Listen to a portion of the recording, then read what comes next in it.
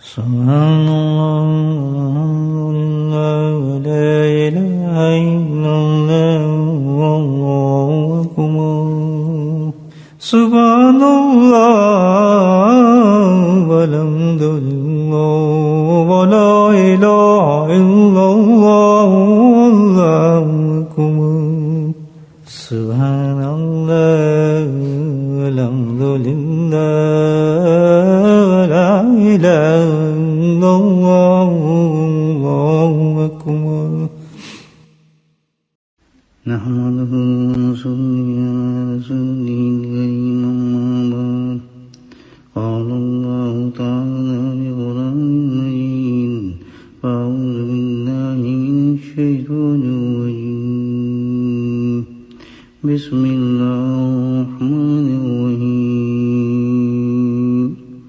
إن الله وملائكته يصلون على النبي يا أيها الذين آمنوا صلوا عليه وسلموا تسليما اللهم صل على سيدنا ومولانا محمد المهد الجود والكرم اللهم صل على سيدنا ومولانا محمد وآله الفضل ومرضى اللهم صل على سيدنا ومولانا محمد وآله وصحبه وبارك وسلم أما بعد قال الله تعالى في القرآن المجيد فرقان حميد بسم الله أعوذ بالله من الشيطان الرجيم بسم الله الرحمن الرحيم يا أيها الذين آمنوا كتب عليكم الصيام كما كتب على الذين من قبلكم لعلكم تتقون صدق اللہ العظیم۔ جس وقت اللہ سبحانہ تعالیٰ نے اس کائنات کو پیدا فرمایا تو زمین کی حیثیت ایسی تھی کہ جیسے ایک آٹے کا پیڑا ہوتا ہے، گوندھ کے اس کو پھیلا دیا جاتا ہے،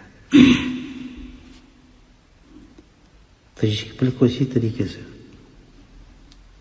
اللہ سبحانہ تعالیٰ زمین کو اس پیڑی کی طرح آٹے کے جیسے گوندا ہوا پیڑا ہوتا ہے اس کو پانی پہ پھیلا دیا ہے، کیونکہ اس سے قبل زمین سے قبل جو تھا اللہ نے پانی کو پیدا فرمایا تھا۔ پیڑی کی اس طرح پیڑے کو پھیلایا جاتا ہے روٹی بنانے کے لیے، اس طریقے سے اس پانی پر زمین کو پھیلا دیا گیا۔ تو فرشتے دیکھ کر بڑے حیران ہوئے اس کو، یہ زمین ہے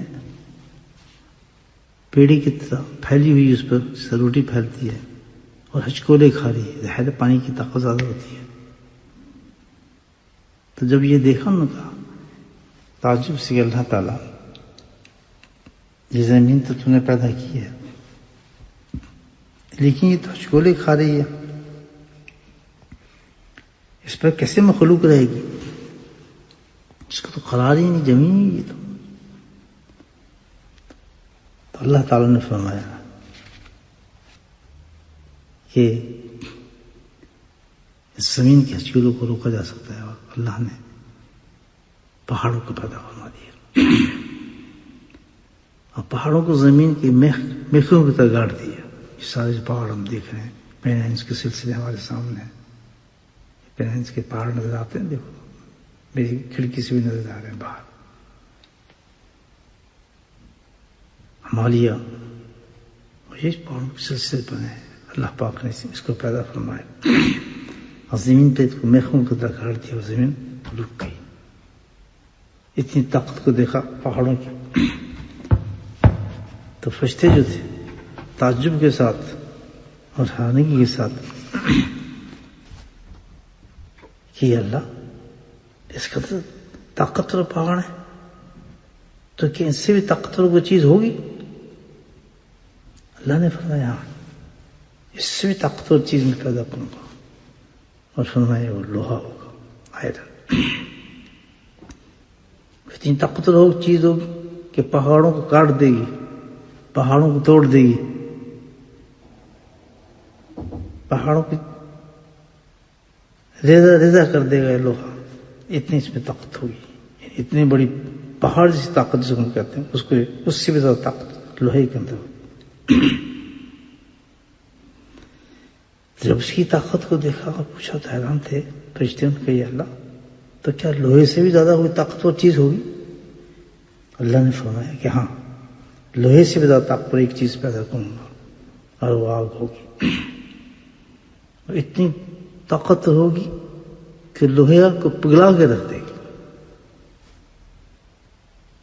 طاقتور چیز جو لوہے کی بنی ہوگی، یا جو لوہا ہوگا اس میں بالکل اتنی طاقتیں نہیں ہوگی آگ کے آگے، آگ اس کو منٹوں سیکنڈوں کے اندر پگھلا کے رکھ دے گی۔ تو پوچھا اللہ تعالیٰ، حیران فرشتے، اتنی طاقتور چیز آگ جو لوہے کو پگھلا دے گی، تو کیا آگ سے بھی زیادہ کوئی طاقتور چیز ہوگی؟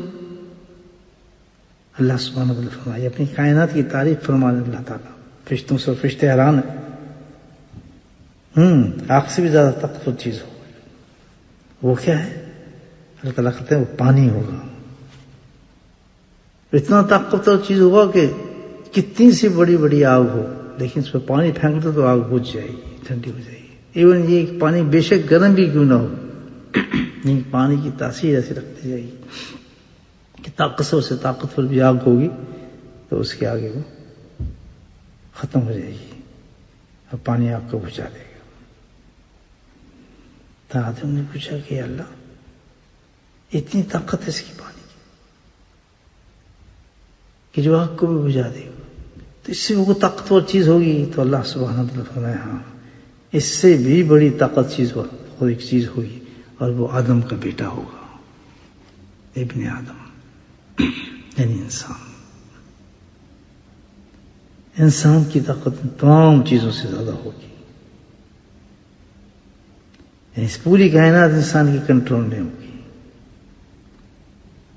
کیا زمین جو ہچکولے کھاتی تھی اس کو پہاڑوں نے روک لیا اپنی طاقت سے، وہ پہاڑ جو میخ بن کے زمین پہ جم گئے اس کی طاقت کو لوہے نے کاٹ دیا، وہ لوہا جو پہاڑوں کو ریزہ ریزہ کر دیتا ہے آگ نے اس کو پگھلا دیا، سبحان اللہ۔ اور آگ جو ہر چیز کو جلا کے رکھ دیتی ہے، پانی اس کو ٹھنڈا کر دیا۔ تمام کی طاقت کو ابن آدم، اتنی طاقت ہے کہ سب چیزوں کو اس نے زیر و زم کر دیا۔ اس طاقت کو سننے کے بعد فرشتے پھر حیران ہوئے،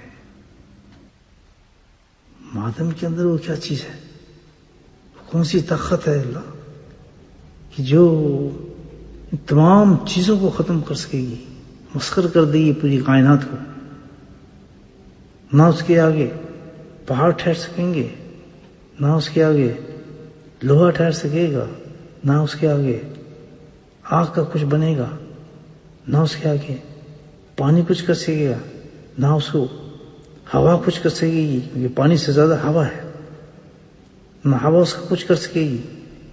جو طاقت آدم میں دی بولی اللہ، وہ کون سی طاقت جو آدم کے اندر موجود ہوگی؟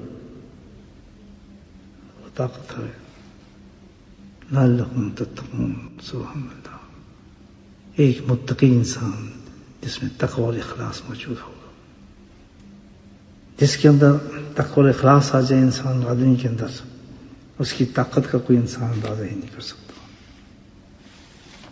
طاقت ایکسرسائز سے نہیں آتی، خوراک سے نہیں آتی، طاقت بھوک سے ختم نہیں ہوتی، حالات سے مٹتی نہیں ہے۔ تقوی کی طاقت ایسی ہے، اتنی بڑی طاقت ہے، اتنی بڑی طاقت ہوگی کہ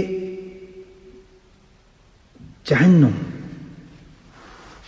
متقی کی طاقت دیکھیں آپ. جہنم ایک دفعہ نبی علیہ السلام حاضر ہوئے نبی کے بارگاہ میں، تو آپ نے دیکھا کہ ان کا چہرہ متغیر ہے، بہت سخت پریشان ہے. تو آپ نے پوچھا جبریل آج تم بہت پریشان ہو، وجہ سے کیا ہے؟ بہت گھبرائے ہوئے. کہتے یا رسول اللہ مت پوچھیں، آج جہنم کو میں دیکھ کر آیا ہوں، اور جب سے دیکھا ہے اس کو، دیکھنے کے بعد میری حالت جو ہے بگڑ گئی ہے، اور سکون نہیں ہے مجھے اس کو دیکھنے کے بعد. اتنی بھیانک ہوتی خطرناک چیز ہے جہنم. اللہ کے نبی نے پوچھا کہ کیا دیکھا تم نے جہنم میں؟ یا رسول اللہ صلی اللہ علیہ وسلم جہنم کا حال یہ ہے کہ اللہ سبحانہ تعالیٰ نے 1000 سال تک، اس زمانے کی ہے، ہمارا 1000 سال نہیں،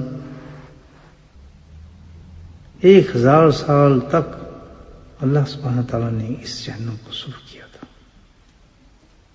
پھر جب یہ سرخ ہوگی تو اللہ نے پھر اس کو 1000 سال تک جلایا، اتنا جلایا کہ وہ سفید ہو گئی ہے، سرخ سے سفید ہو گئی. پھر اس کو 1000 سال تک جلایا تو وہ پھر سیاہ رنگ اختیار کر لیا. اتنی سیاہ وہ موجود ہے، اس کے اندازے کا کوئی اندازہ ہی نہیں کر سکتا کہ کس قدر اندھیرا ہے اس میں، اس کے لیے کوئی لفظ نہیں چاہیے. تپش آگ اس درجے کی، اندھیرا اس درجے کا، یہ اثر ہے جہنم کی جو وہ جبریل علیہ السلام دیکھ کر آئے. ایسی حالت ہے اس کی تپش کی کہ اگر سوئی کے ناکے کے برابر، یا سوئی کے اندر پیچھے سوراخ ہوتا ہے، سوئی کا ناکا کہتے ہیں، پیچھے سوراخ ہوتا ہے سوئی کے جس میں دھاگا ڈالتے ہیں، کہ اس کے برابر بھی اگر جہنم کھول دیا جائے تو پورا عالم جل کے بھسم ہو جائے، ختم ہو جائے. بدبو کا اس کا یہ عالم ہے جہنم کا، کسی جہنم کی ایک چیز بھی اوپر لٹکا دی جائے تھوڑی دیر کے لیے، کوئی پیسی نہیں ٹائم کا، تو اگر کوئی عالم ہے تو پورا عالم اس کی بدبو سے ختم ہو جائے، فنا ہو جائے. جیسے بموں سے دنیا غائب، زلزلے سے، اس طریقے سے پوری دنیا جو تباہ ہو گئی. تو یہ حقیقت ہے جہنم کی. اور جہنم کس کا ٹھکانہ ہے؟ جو جھوٹ بولتا ہے، جو غیبت کرتا ہے، جو اللہ کی نمازوں کو چھوڑتا ہے، دنیا کی محبت کے اندر جو مست ہے، دنیا کے احکامات کو چھوڑتا ہے. یہ ٹھکانہ ہے بھائیو، یہ ٹھکانہ ہے جہنم. ان لوگوں تو ہے ہی ہے جنہوں نے اللہ کو مانا نہیں. تعجب ان لوگوں پر ہوگا جن کے ہاتھوں میں قرآن بھی ہے، سینوں میں قرآن بھی ہے، ان کے سامنے مساجد بھی ہیں، خانہ کعبہ بھی موجود ہے، وہ اس کو مانتے بھی ہیں. وہ اس ٹھکانے میں جائیں گے، اس جہنم میں جائیں گے صرف ایک جھوٹ بولنے پر، ایک غیبت کرنے پر، کسی کا حق ماننے پر، کسی کو گالی دینے پر، کسی کا دل توڑنے پر، آبزاری کرنے پر، کسی کے حقوق کو ختم کرنے پر، جو اللہ تعالیٰ نے ذمہ داری اس کو دی اس کو نہ نبھانے پر، بھوک اور افلاس سے چند دن جو اللہ آزمائش میں کسی کو ڈالتا ہے، وَلَنَبْلُوَنَّكُمْ بِشَيْءٍ مِّنَ الْخَوْفِ وَالْجُوعِ وَنَقْصٍ مِّنَ الْأَمْوَالِ، کہ یہ ہم آزما لیتے ہیں آدمی کو.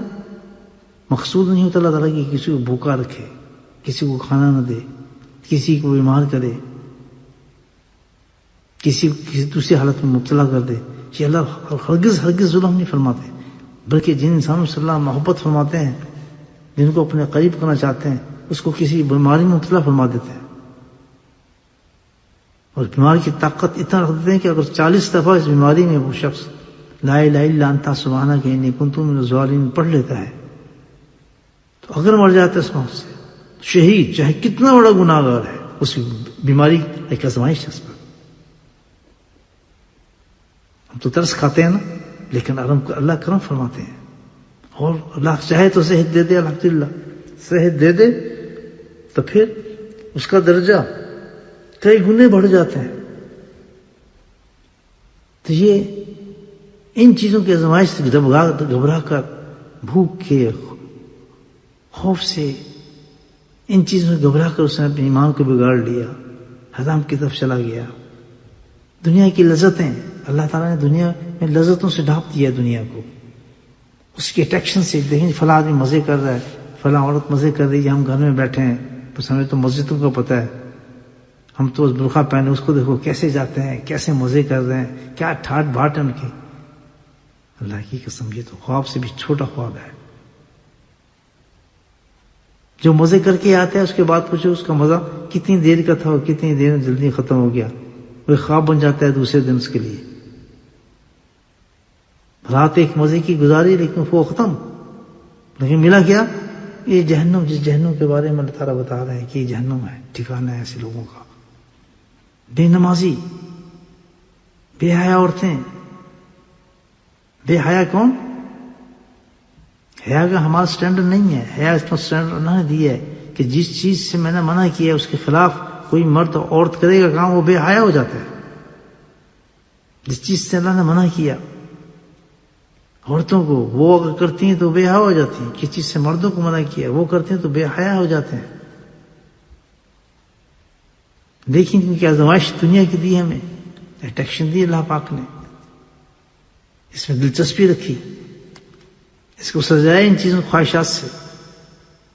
70 سال 80 سال 90 سال کا آدمی جس وقت ہاسپٹل میں مر رہا ہوتا ہے تو اس سے اس کی زندگی کے بارے میں وہ لمحات پوچھو کہ تو جب مزے کرتا تھا، تو جب فلاں یہ کرتا تھا، کوئی چیز بھی اس کو پسند آئے گی، یاد آئے گی اس وقت موت جب سامنے کھڑی ہوگی.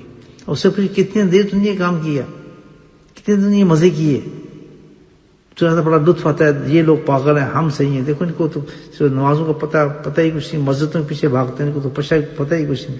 داڑھی رکھی ہے، بیکار لوگ ہیں، تو بالکل ان کو سمجھ ہی کچھ نہیں آتا.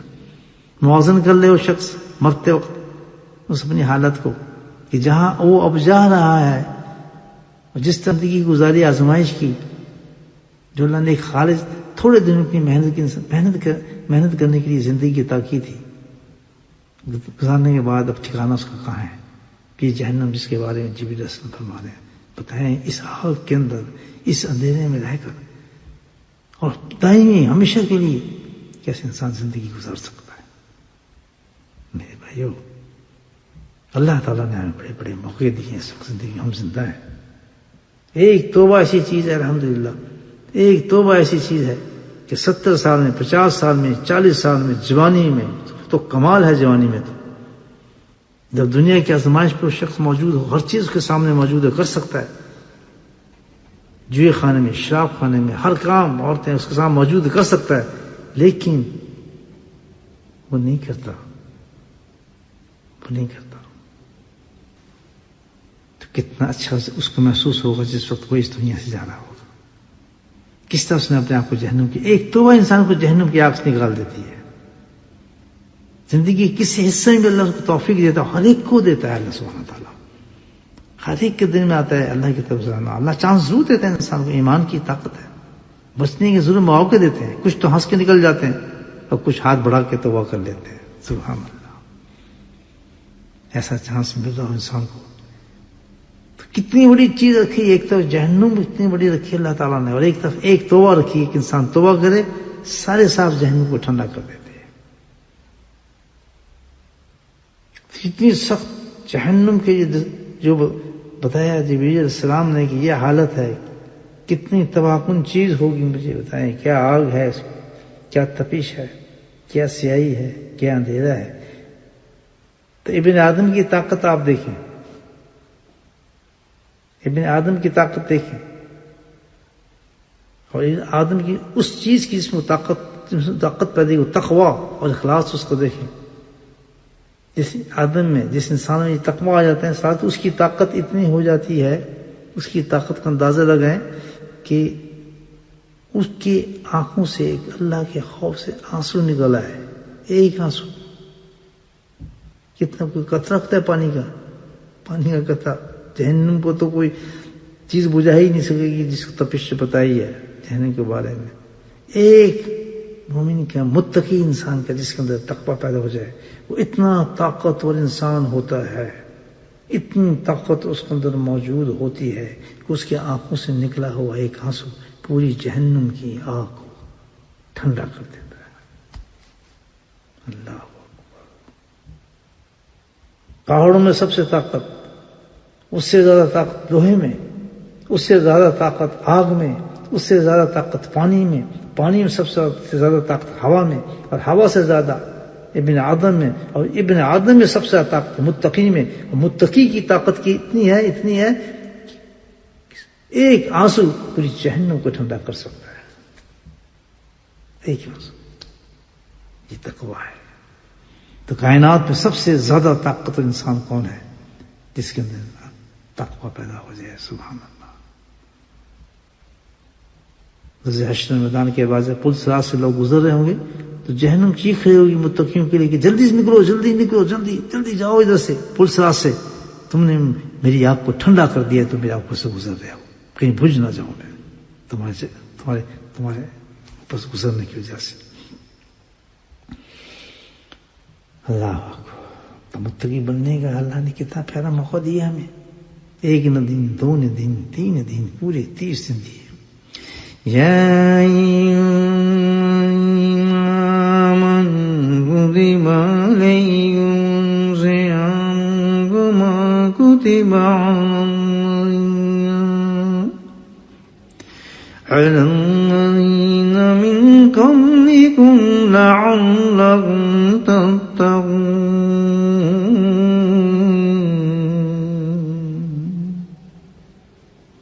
اے میرے پیارے ایمان لانے والے مرد اور عورتوں، آؤ رمضان تمہیں دیا، روزہ تمہیں دیا، آؤ سب سے بڑے طاقتور بن جاؤ اور تقوی اختیار کر لو، متقی بن جاؤ۔ کتنا پیارا موقع اللہ پاک نے ہمیں دیا۔ ایک روزہ، یہ طاقت آپ میں اور میرے میں ایک پیدا ہو سکتی ہے ایک روزے سے کہ جس کے آنسوں سے جہنم کی آگ بجھ جائے گی۔ مجھے بتائیں کیا مقام ہو جنت میں اس متقی کا۔ ایک روزہ آپ ایسا رکھ لیں جس میں صبح سے لے کے شام تک آپ گناہ نہ کریں، ایک روزہ۔ روزے کی تاثیر ہے، فیکٹ ہے، شام کو آپ کو متقی بنا دے گا، آپ میں یہ طاقت پیدا کر دے گا الحمدللہ کہ آپ سے پناہ مانگ رہی ہوگی شام کو جہنم کی آگ۔ جس وقت صبح آدمی روزہ رکھ رہا ہے گناہوں سے لت پت ہے، اور جس وقت روزہ رکھ کے پورا روزہ اس طرح گزارتا ہے کہ کوئی اللہ کی نافرمانی نہیں کرتا، زبان سے نہیں کرتا، ہاتھ سے نہیں کرتا، نگاہ سے نہیں کرتا، کانوں سے نہیں سنتا، قدم سے نہیں سنتا، روک لیتا ہے اپنے آپ کو، سیام روک لیتا ہے، صبر کرتا ہے، تبرک میں روکتا ہے اپنے آپ کو تمام چیزوں سے، اور شام کر دیتا ہے اس حالت کے اندر۔ سبحان اللہ۔ تو جس وقت روزہ کھول رہا ہوتا ہے تو اللہ کو اتنا طاقتور انسان بن چکا تھا کائنات کے اندر کہ تمام کائنات کو اپنی طاقت سے مسخر کر سکتا ہے، مسخر کر سکتا ہے، اتنا بھی طاقت انسان میں آ جاتی ہے۔ متقی بننا تو بہت بڑی چیز ہے، کتنا آسان اللہ نے کر دیا۔ ایک روزی کی طاقت، 30 روزی انسان جب ایسے رکھ لیتا ہے طاقت ترین انسان بن جاتا ہے وہ۔ سبحان اللہ۔ جہنم کی آگ پناہ مانگنے لگتی ہے اس سے، جنت میں اس کے لیے کھول دی جاتی ہیں، اس کی طاقت کا اندازی کھری کائنات اس کو پہچانتی ہے۔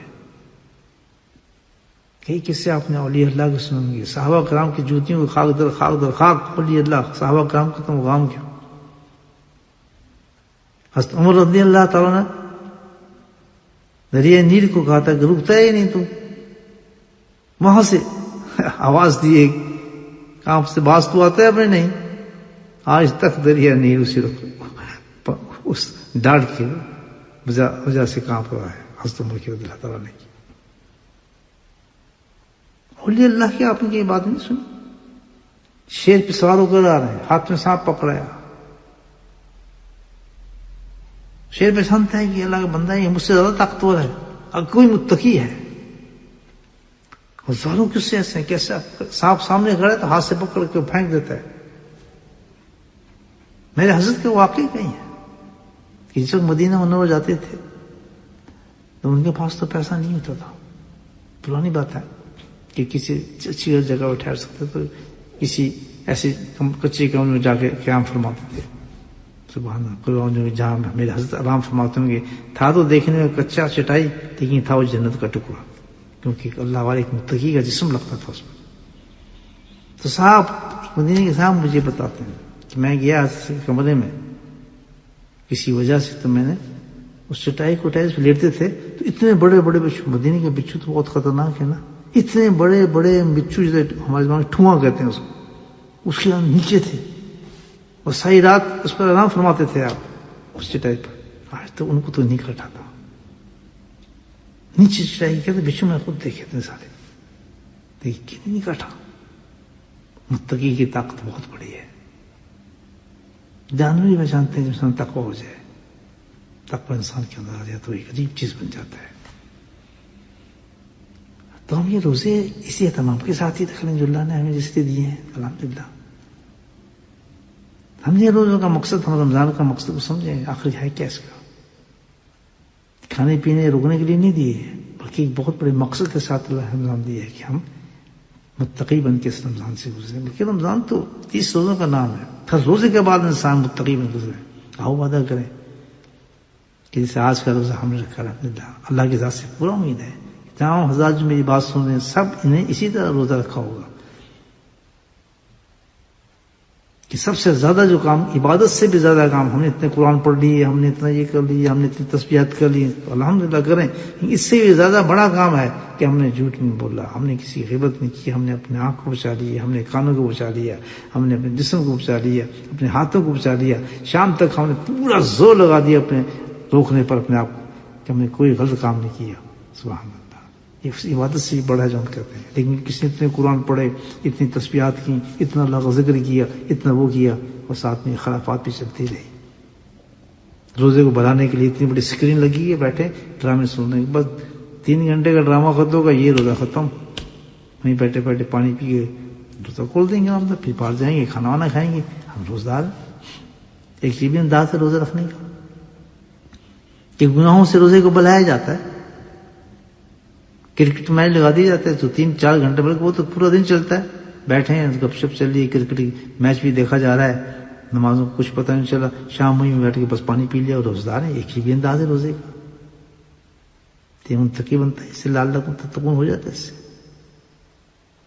اگر کوئی ایسے روزے ہمارے خراب ہو گئے بھائیو, آج 9واں روزہ ہے, 8واں ختم, تو پھر اگلی پکڑ لیں روزے, ہم وعدہ کریں اللہ تعالیٰ سے کہ ہم ایسے روزہ نہیں رکھیں گے. روزہ وہی روزہ ہے جو ہم متقی بنا دیں. اللہ پاک ہم سب کو اس رمضان میں تقویٰ نصیب فرمائے. وآخر دعوانا الحمدللہ رب العالمین. بسم اللہ الرحمن الرحیم. الصلاة والسلام علی سید المرسلین شفیع المذنبین توبہ یاسین الحبیب الامین. اللهم صل على سيدنا مولانا محمد النبي الأمي وأزواجه أمهات المؤمنين وذرياته وآل بيته كما صليت على آل إبراهيم إنك حميد مجيد. وسلم تسليما دائما أبدا كثيرا كثيرا.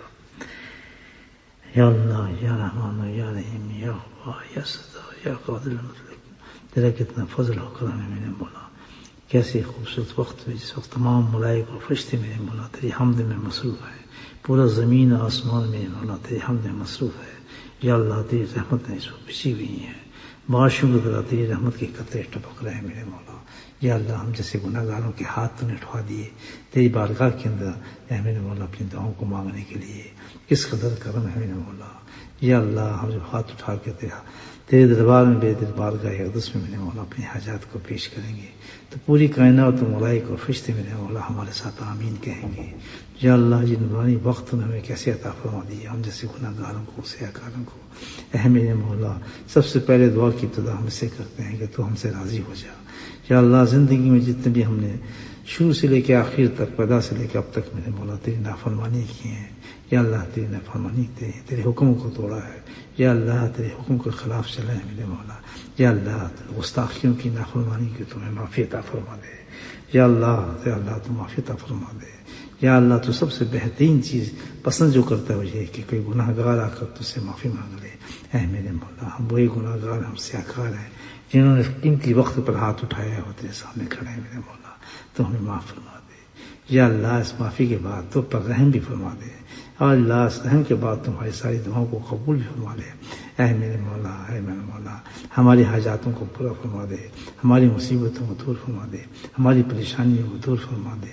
ہمیں یا اللہ صحت کاملہ عاجل نصیب فرما دے, ایسی صحت ایمان والی نصیب فرمائے جو تیری یاد میں تیری اطاعت میں تیری فکر میں میرے مولا ہم زندگی گزارے. میرا مولا دنیا کی لذتوں کو ہمارے سینے سے نکال دے, آخرت کا پھر ہم نصیب فرما دے. ہر وقت ہماری آنکھوں میں تیری جنت کے وہ نظارے ہیں جو تو نے ہمیں دینے ہیں. میرے مولا دوزخ کی آگ سے تو ہمیں بچا لے یا کریم یا رحم الرحیم. یا اپنے فضل سے میرے مولا تو ہمارے بیماروں کو شفا نصیب فرما دے. یا اللہ ہمارے بیماروں کو شفا نصیب فرما دے. یا اللہ جو روحانی بیمار ہیں ان کو بھی صحیح فرما دے. یا اللہ جو جسمانی بیمار ہیں ان کو بھی صحیح فرما دے. یا اللہ جو ہسپتالوں میں اس وقت موجود ہیں میرے مولا ان کے لیے کوئی دعا مانگنے والا ہی نہیں. یا اللہ کیا کریں. یا اللہ ان کا کوئی پرسان حال ہی کوئی نہیں. یا اللہ ہم سچے دل سے ان کے لیے دعا مانگتے ہیں. یا اللہ ان مومنین و مومنات کی دعا مانگتے ہیں جس ہسپتالوں میں میرے مولا اپنی بیماریوں کی سے تڑپ رہے ہیں. یا کریم تو ان کو معاف فرما. یا اللہ ان کو صحت یاب کر. یا اللہ ان کی بیماری کو آسان فرما دے. یا اللہ ان بیماری کو سہنا آسان فرما دے. یا کریم تو اپنے صدقے سے اپنے حبیب کے صدقے سے اپنے حبیب کے صدقے سے اپنے حبیب کی صدقے سے میرے مولا تو ان دعاؤں کو قبول فرما لے. یا اللہ ہمارا آندہ روزہ بھی آسان اور تقوی والا تنصیب فرما دے. اے رحیم اے کریم اے غفار اے ستار میرے مولا تو ہماری بیماریوں کو شفا نصیب فرما دے. یا اللہ بیماری پہ ہمت نصیب فرما. یا اللہ بیماری پہ ہمت نصیب فرما. یا اللہ بیماری کو سہنے کی توفیق نصیب فرما. یا رحم الرحیم اپنے فضل کرم سے ہمارے ماں باپ کی بخشش فرما دے. یا اللہ وہ ماں باپ کی بخشش فرما دے جنہوں نے بہت ہی محبت سے ہمارے بچپن کو پالا. یا اللہ ہماری ضروریات کو پورا فرمایا. یا اللہ ہماری حاجات کو پورا کیا میرے مولا ہماری تربیت کیا کریم. وہ ہمیں چھوڑ کے چلے گئے تیری رحمت میں جا کریم ان کو تو اپنی رحمت میں ڈھانپ لے, جنت میں اعلیٰ مقام عطا فرما. یا اللہ ہمارے مشاہد کرام جنہوں نے ہماری روحانی تربیت کی میرے مولا ان کو ایسا لاجواب اللہ مثال اسٹیٹس میں نے مولا مقام عطا فرما آخرت کے اندر. یہ تمام مشائق ان کے مقام پر رشک کرنے لگے. یا اللہ میرے شیخ کے فیض کو تمام دنیا میں بانگ و دہن جاری فرما دے میرے مولا. گدائی سے لے کر یہ میرے مولا شمال سے لے کے جنوب تک مغرب سے لے کے مشرق تک گدائی کا فیض پہنچا دے میرے مولا. یا اللہ گدائی شریف کا فیض فاروس پہنچا دے میرے مولا. یا اللہ یا کریم اپنے فضل کرم سے ہماری تمام دعاؤں کو قبول فرما لے, ہماری حاجات کو قبول فرما لے. یا اللہ جب بھی ہم نے ذکر کیا اس کو قبول فرما لے. صلی اللہ تعالی علی خیر خلقہ نور عرشہ زینت فرشہ وآلہ صحبہ اجمعین برحمتک یا ارحم الراحمین.